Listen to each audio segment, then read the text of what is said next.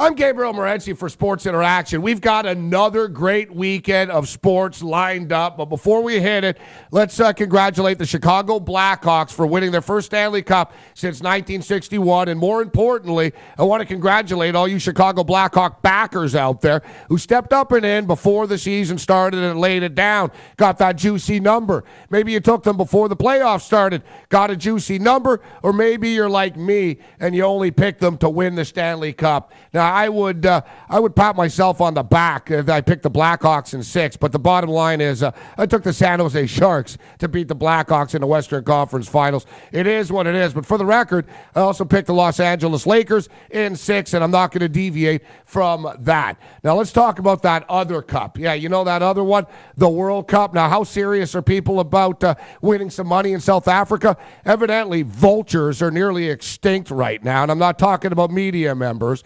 No, vultures are nearly extinct because South African gamblers are drying their brains and smoking them in pipes to pick winners. They think it's going to allow them to predict the outcome of some World Cup matches. Now, hey, I've smoked a lot of things, and I inhaled, but I tell you what, I think I'll stick to going over some stats as opposed to smoking some dried vulture brains. But hey, that's another story, and that's what's so cool about soccer. Now, for the record, I think Spain is a strong play. They're so deep; they're deeper than the Gulf of Mexico, and even though they won the European Championship, there's a lot of people that still believe that Spain will fail. They still believe that there's team chemistry problems, or maybe that they'll underachieve again. I don't think so. And in fact, I think Spain are the new Brazil, if you know what I'm saying. And I say that because Brazil are a different side right now under Dunga. I just love saying that too. Under Dunga, it's a different side. I think they're going to play more conservative. Now, that's the approach that I am going to take in this tournament, especially early in the tournament. Let's take a quick look at a couple of high-profile matches. A lot of talk about the U.S. and England. Now, don't forget, I don't know how many of you were alive. I know I wasn't. 1950, the U.S. actually beat England in World Cup play in Brazil. It was one of the biggest World Cup upsets in World Cup history. Now, if the Americans beat the Brits this time around, I don't think it's going to be one of the biggest upsets in World Cup history. A lot of familiarity between these two sides. A lot of the Americans play or have played in the Premiership. That being stated, I don't think Queen Elizabeth or anyone else wants to see their side lose to the Americans. They invented the game. I think this is going to be an aggressive match. I would take the over as far as fouls are concerned in this match. As far as the total is concerned, expect the U.S. to play really conservative against England, knowing that they could probably win their other two matches and advance into the next stage anyways. I'm looking for a low scoring, let's say a 1-0 English victory. Now, how about the defending champion Azzurri? The coach is snapping, the media is snapping. Who could ever imagine that Italian soccer fans and media types would be so aggressively passionate before the World Cup? Can you believe it? As the defending champions,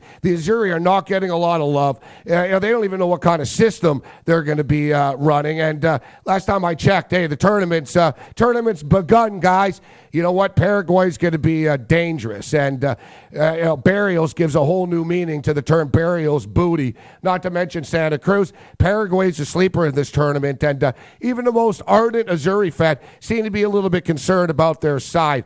A lot of hype around the Netherlands and Holland. Maybe that they could do what Spain did and finally break through and end their underachieving ways. I'm not buying into that. Hey, they got cool jerseys and all that. I'm not buying into it. I don't think Holland's going to have any problems. Denmark beat them in 1992, and I actually do remember that. Now, the Danes could advance to the next group, and this is going to be a good match. They play each other a lot. They know each other. They're in the same area, European sides. Expect a physical, low-scoring match. I'm going to be looking at a lot of unders, guys. A lot of unders. Now, speaking of unders, I think we're going to be taking a look at the under. It's Strasmus Part 2.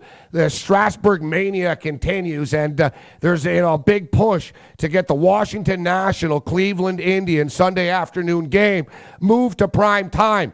Let's not get crazy here, people. I don't think anybody wants to watch the Washington Nationals and Cleveland Indians, even with Strasburg. No, you know what? Since it's Chicago versus Chicago, maybe Strasburg wouldn't be that bad after all. Not a bad debut for the kid, though, huh? 14 strikeouts, only J.R. Richard in 1971. And, man, those were some cool jerseys that the Astros used to wear. That was the best rookie debut as far as strikeouts are concerned. This kid is the real deal. And the Washington Nationals seem to be, they're playing with a little bit of juice right now. They're rejuvenated because of Strasburg's arrival, and they picked up this Harper kid who's going to be great. Nationals, I hate to say it as an Expo fan, might actually be good in a couple of years. Now, as I stated, I'm going to be laying it down on Spain. And what I love about the World Cup is all the stuff that you can bet on. And you're speaking of stuff we can bet on, how about the UFC? Let's parlay and mix everything together. How many matches is Nelson Mandela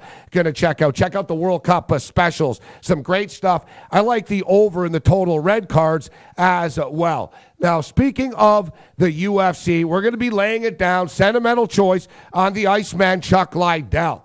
I don't know how many of you guys have seen the picture of Chuck Liddell. This guy is more ripped right now than Jonah Hex's face is.